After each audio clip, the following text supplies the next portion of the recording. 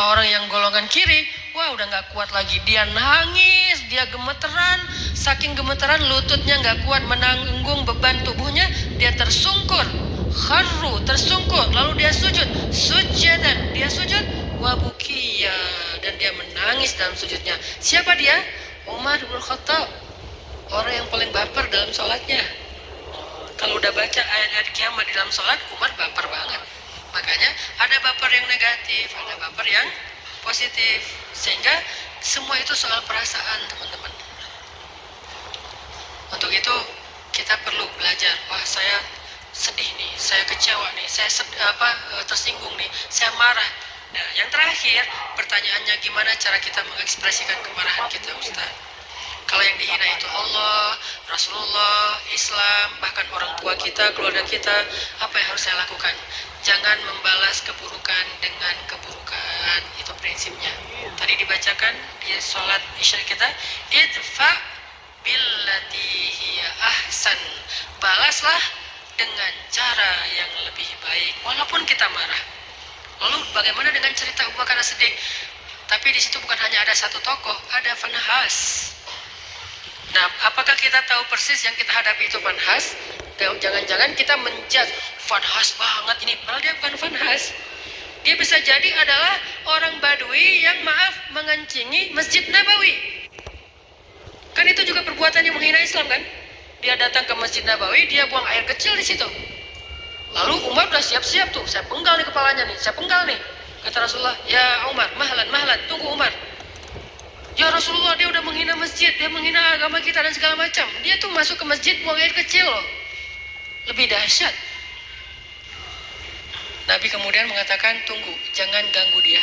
Maksudnya, kalau sahabat langsung nyuruh dia pergi kan terganggu, soalnya dia lagi menyelesaikan hajatnya kan, kepotong kan, terganggu kan, sakit. Akhirnya beresin dulu, tunggu. Udah beres, yuk kita cari air, ambil air, bersihin. Udah disiram sama sahabat, dipanggil dia sama Rasulullah. Kamu dari mana? Dari kampung ini. Oh, pantesan. Dia tuh orang pedalaman yang tidak tahu peradaban. Di tempat dia, semua tempat itu toilet. Karena buat mereka tuh kan biasa aja. Maaf ya, di beberapa tempat kita ngeliat kadang-kadang orang buang air sembarangan kan. Karena dia rata-rata orang yang berpendidikan rendah, orang yang mungkin tidak belajar, orang yang belum modern, belum berperadaban. Buat dia biasa aja kayak gitu, malah kadang-kadang nggak malu. Nah, laki-laki ini kayak gitu kondisinya. Orang jahil, orang badui, orang pedalaman, nggak pernah belajar. Dia nggak tahu kalau ini tempat suci. Dia buang air aja di situ. Ditanya sama Nabi, dari mana? Dari tempat ini. Oh, kamu tahu nggak ini tempat apa? Nggak tahu. Ini tuh rumah ibadah kami. Di sini kami menyembah Allah, kami belajar, kami duduk di sini, kami menjaga kesuciannya. Tadi kamu sudah mengotori tempat ini. Oh, saya nggak tahu, saya nggak ngerti, maafin saya. Ya nggak apa-apa. Terus Nabi ngobrol panjang lebar sama dia, sampai saking baiknya Nabi bisa membuat dia terkesan dengan obrolan Nabi. Akhirnya dia masuk Islam. La ikraha fiddin. Tidak ada paksaan dalam agama, tapi yang ada ta'liful qulub, membujuk hati. Kemarin pas saya jalan ke Korea, saya ngobrol sama Chan, sama sekali saya nggak mau ngomongin Islam di depan dia kalau dia belum bertanya. Tapi alhamdulillah sepanjang saya di sana nggak ngomongin Islam sama sekali. Pas pulang baru semalam dia posting foto-foto kita di sana, dia bilang, sekarang saya merasa tertarik untuk belajar Islam setelah bertemu dengan Ustaz Hanan dan keluarga. Ternyata kok asik banget, santai, saya nggak dipaksa, saya nggak dimarah-marahin. Pas saya salah membeli makanan Korea, apa namanya teh? Apa? Bukan samyang. Ya, cireng lah pokoknya. Cireng Korea gitu ya. Kimbap. Nah, pas lagi beli kimbap kan ada porknya kan, cuman dia nggak dimasukin ke dalam gulungan kimbap itu, dia kan salah. Tapi saya malah bayarin, bukan membeli, saya malah bayarin, terlanjur dibeli, pasti harus dibayar. Akhirnya kalau belum terlanjur dibeli, saya nggak akan beli. Tapi karena udah terlanjur dibeli, dan pasti Chan akan bayar, saya bayarin. Tapi saya nggak mau makan, saya ngomong ke dia pelan banget, Chan maaf banget nih, saya tahu kamu niatnya baik, tapi maaf karena kamu nggak paham tadi itu ada pork di situ, walaupun nggak dikasih ke sini tetap nggak boleh bagi kami, maaf ya. Oh ya nggak apa-apa, dia malah respect. Alhamdulillah sekarang pengen belajar Islam, walaupun hidayah itu di tangan Allah, bukan di tangan kita. Kita hanya ikhtiar. Akhirnya orang Badui ini masuk Islam. Setelah masuk Islam, dia doa, ya Allah, berilah rahmatmu kepada saya dan kepada orang lain, jangan. Dia sebel sama yang lain. Karena tadi mau dimarahin kan sama yang lain. Kata Nabi, kenapa doanya kayak gitu? Ya Rasulullah, saya sebel sama mereka. Kalau doa yang baik-baik supaya malaikat mendoakan juga kamu dengan kebaikan yang sama. Oh gitu ya Rasul. Ya Allah, rahmati saya, Rasulullah, dan yang lain-lain juga. Beres kan ya? Ini nih siapa? Ini nih bukan Fanhas. Ini orang yang belum mengerti tentang kebenaran. Kalau Fanhas ngerti banget. Malah Alkitab, dia ngerti Alkitab, Taurat, Injil, Al-Quran bahkan. Makanya dia tahu ayatnya. Bukan orang biasa, beda sikapnya. Kalau kepada orang kayak gitu, kita memberitahu. Ada orang yang bertanya atau komentar karena dia nggak ngerti, kita jelasin, kita luruskan kalau bahasa saya di komen. Bukan saya marahin, saya luruskan. Kadang-kadang ada teman-teman yang niatnya baik, pengen bela saya, tapi malah marah-marah. Saya juga berharap jangan. Ustaz Hanan, malu nggak lo? Jangan ngomong kayak gitu. Ini mempermalukan orang. Dan saya juga cuma ngomong, kalau ini tentang saya diam. Kalau tentang Rasulullah, saya luruskan. Kayak gitu bahasanya, saya pilih diksi yang tidak menjudge. Kawanan entog. Sehingga nanti mudah-mudahan mewakili wajah Islam, walaupun nggak sempurna, soalnya kita manusia biasa ya. Islam sempurna banget, tapi kita nggak sempurna. Setidaknya kita udah berusaha untuk menampilkan wajah Islam terbaik yang kita mampu. Orang baru tertarik. Nah, idfa billatihi ahsan, balaslah dengan cara yang lebih baik. Ada di surat apa itu? Coba kita buka surat Fussilat, surat ke-41 ayat 34. Idfa billati hiya ahsan. Kalau kita bisa membalas keburukan orang dengan cara yang lebih baik. Maksud cara yang lebih baik itu gimana Ustaz? Bisa jadi orangnya kita pahamkan. Itu kan cara lebih baik kan? Dia menghina Islam, kita nggak menghina dia. Kita nggak menghina agamanya, kita pahamkan. Oh ini maksudnya. Kalau dia nggak bisa juga, kita coba kebaikannya dengan cara lain. Kadang-kadang ada kebaikannya bukan dengan pemahaman, dengan narasi. Kita kasih dia hadiah kalau ada yang kenal dengan dia. Minimal kita senyumin dulu. Minimal kita nasehatin dengan diam-diam lewat DM atau apapun lah. Pokoknya jangan sampai kita mencela, mendebat, ngebully rame-rame dengan nge-replay komennya dia. Kasihan. Kadang-kadang dia nggak ada niat mencela. Cuman karena nggak paham, akhirnya di replay banyak ratusan replay, semuanya menjat dia. Saya kasihan kadang-kadang kayak gitu. Padahal niat saya tadi pengen meluruskan, tapi dia macam-macam. Walaupun niatnya baik, tetap caranya belum tepat. Sehingga balaslah dengan billatihi ahsan. Hasilnya apa kalau kita bisa konsisten kayak gitu? Hasilnya faida bainaka wa alladzi bainaka wa bainahu adawah ka'annahu waliyun hamim.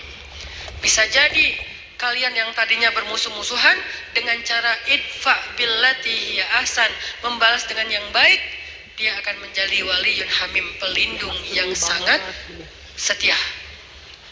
Menjadi kawan baik, menjadi sahabat karib, menjadi pelindung yang setia, yang loyal. Itu hasil cara kita marah. Boleh marah tetap, tapi ekspresikan marah itu dengan cara-cara yang justru melahirkan kebaikan. Satu. Cara yang kedua, kalau misalnya kita nggak mampu, ini kan yang paling ideal nih. Saya nggak mau memberikan solusi ideal doang, sementara saya juga nggak selalu bisa kayak gitu. Dan saya manusia biasa. Nanti kalau sesekali teman-teman melihat saya di sosial media, kadang-kadang kepancing, itu karena Hanan Attaqi itu manusia, bukan malaikat. Yang saya omongin di sini nggak semuanya mampu saya amalkan. Makanya saya kasih beberapa alternatif. Yang paling tinggi, idfa billati hiya ahsan. Itu haqqa tuqatih, sebenar-benar takwa. Kalau nggak mampu haqqa tuqatih gimana ya Rasulullah, kata sahabat? Kalau nggak mampu haqqa tuqatih, sebenar-benar takwa, Allah berfirman di surat At-Taghabun, fattaqullaha mastata'tum. Bertakwalah kepada Allah semampu kalian. Allah aja kayak gitu coba. Pertama disuruh apa? Sebenar-benar takwa. Dalam kasus ini, sebenar-benar takwa adalah balaslah keburukan dengan kebaikan. Itu sebenar-benar takwa. Yang paling ideal udah. Tapi kan kadang kita mampu, kadang enggak kan? Kadang-kadang kita memang benar-benar mampu dan kita kayak takjub gitu. Kok saya bisa ya? Membalas keburukan dengan kebaikan. Di komen negatif, di hate speech, kita balas makasih. Kadang bisa. Kadang orang ngomong baik-baik, kita malah marah-marah. namanya juga manusia naik turun imannya.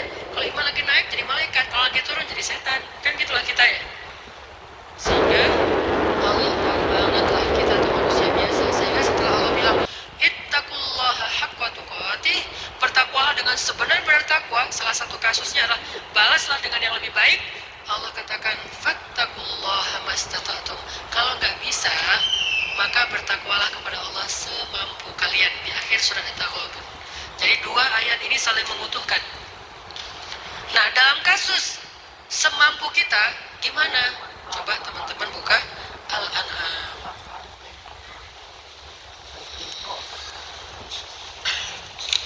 Di surat Al-An'am ayat 68. Coba lihat surat Al-An'am ayat 68. وَإِذَا رَأَيْتَ الَّذِينَ يَخُوضُونَ فِي آيَاتِنَا فَأَعْرِضْ عَنْهُمْ حَتَّى يَخُوضُوا فِي حَدِيثٍ غَيْرِهِ وَإِمَّا يُنْسِيَنَّكَ الشَّيْطَانُ فَلَا تَقْعُدْ بَعْدَ الذِّكْرَى مَعَ الْقَوْمِ الظَّالِمِينَ. Kalau ada orang yang memperolok-olok ayat Allah, yang memperolok-olok agama Allah, yang memperolok-olok syariat Allah, maka maka berpalinglah kamu dari mereka. Itu kalau kita nggak bisa membalas dengan yang lebih baik, udah berpaling aja, jangan ikut-ikutan. Di grup ya udah diam. Live group Ustaz, ya mungkin ayat ini salah satu ayat tentang anjuran untuk live group. Kalau isi grupnya terus-terusan semuanya kompak, hanya ngomongin yang nyeleneh-nyeleneh, kayak hal-hal yang aneh tentang agama, syubhat, ya udah kita dianjurkan oleh surat Al-An'am ayat 68 untuk live group. Ini juga live group fisabilillah. Live group karena Allah, bukan karena kita masalah personal. Saya nggak nyaman lagi di situ, kenapa? Saya sering dicuekin, itu bukan fisabilillah. Kalau saya broadcast nggak ada yang respon. Kalau teman saya broadcast semuanya nyamber, kayaknya mereka nggak senang sama saya. Udah saya live aja, itu tuh bukan fisabilillah. Boleh nggak Ustaz? Boleh, tapi bukan fisabilillah. Jangan bilang-bilang ini fisabilillah loh ya, enggak. Tapi kalau isinya gibah, isinya fitnah, isinya berita bohong, isinya mencela, isinya hal yang nggak penting, bukan nggak penting, hal-hal yang dosa, maka kata Allah, a'rid anhum, tinggalkan mereka dalam konteks sosmed, live group, unfollow, atau minimal gak usah terlibat. Terus kata Allah, kalau setan membuat kalian lupa dengan anjuran ini, anjuran untuk pergi ninggalin mereka, maka janganlah kamu tetap di situ ketika kamu ingat.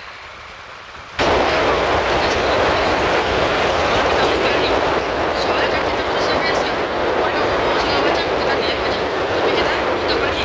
Nah, kalau kita pas ingat, agama yang gede-gede nih, udah saya pergi. Nah, pergilah kalau kalian tidak mampu untuk memperbaiki keadaan itu.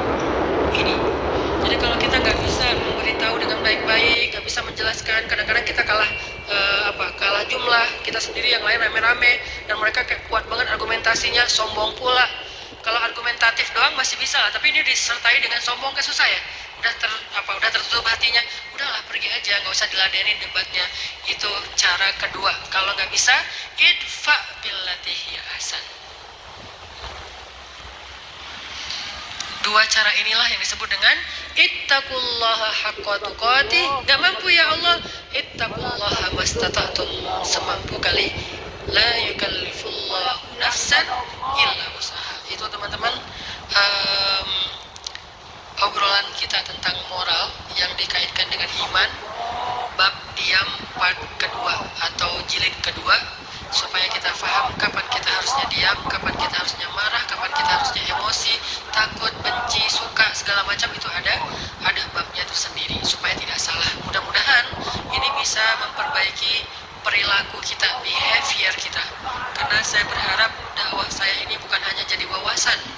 Kalau dakwah yang bisa menambah wawasan, teman-teman mendengar ceramah saya sedikit wawasannya. Lebih banyak wawasan dengar ceramah Ustaz Adi Hidayat, Ustaz Abdul Somad, Kalau dengan saya tuh fokus banget dengan daily life. Buat saya kalau hanya wawasan tidak merubah perilaku belum sempurna. Makanya kita bagi-bagi tugas. Ada uas dan uah yang mungkin memberi wawasan-wawasan Islam yang luar biasa. Ada uha yang memberikan lebih kepada tutorial daily life yang lebih islami, behavior, persepsi, dan seterusnya.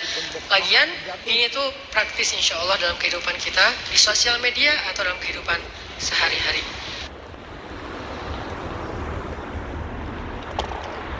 Bismillahirrahmanirrahim. Dengan menyebut nama Allah yang Maha Pemurah lagi Maha Penyayang. Alhamdulillahi Rabbil Alamin. Segala puji bagi Allah, Tuhan semesta alam. Ar-Rahmanir-Rahim, Maliki Yaumiddin.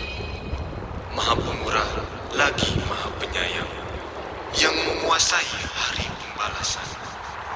Iyyaka na'budu wa iyyaka nasta'in.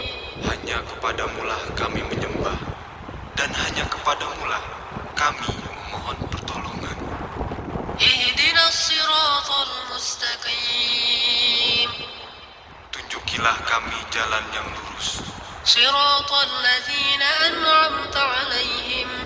yaitu jalan orang-orang yang telah Engkau anugerahkan nikmat kepada mereka. Ghairil maghdubi 'alaihim waladdallin.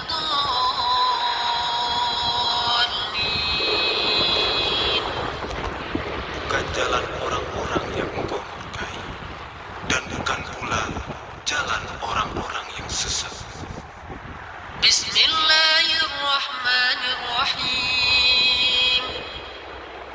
Dengan menyebut nama Allah yang Maha Pemurah lagi Maha Penyayang. Alif Lam Mim. Alif Lam Mim. Dzalikal kitabu la raiba fihi. Itulah kitab Al-Quran yang tidak ada keraguan di dalamnya. Hudan lil muttaqin.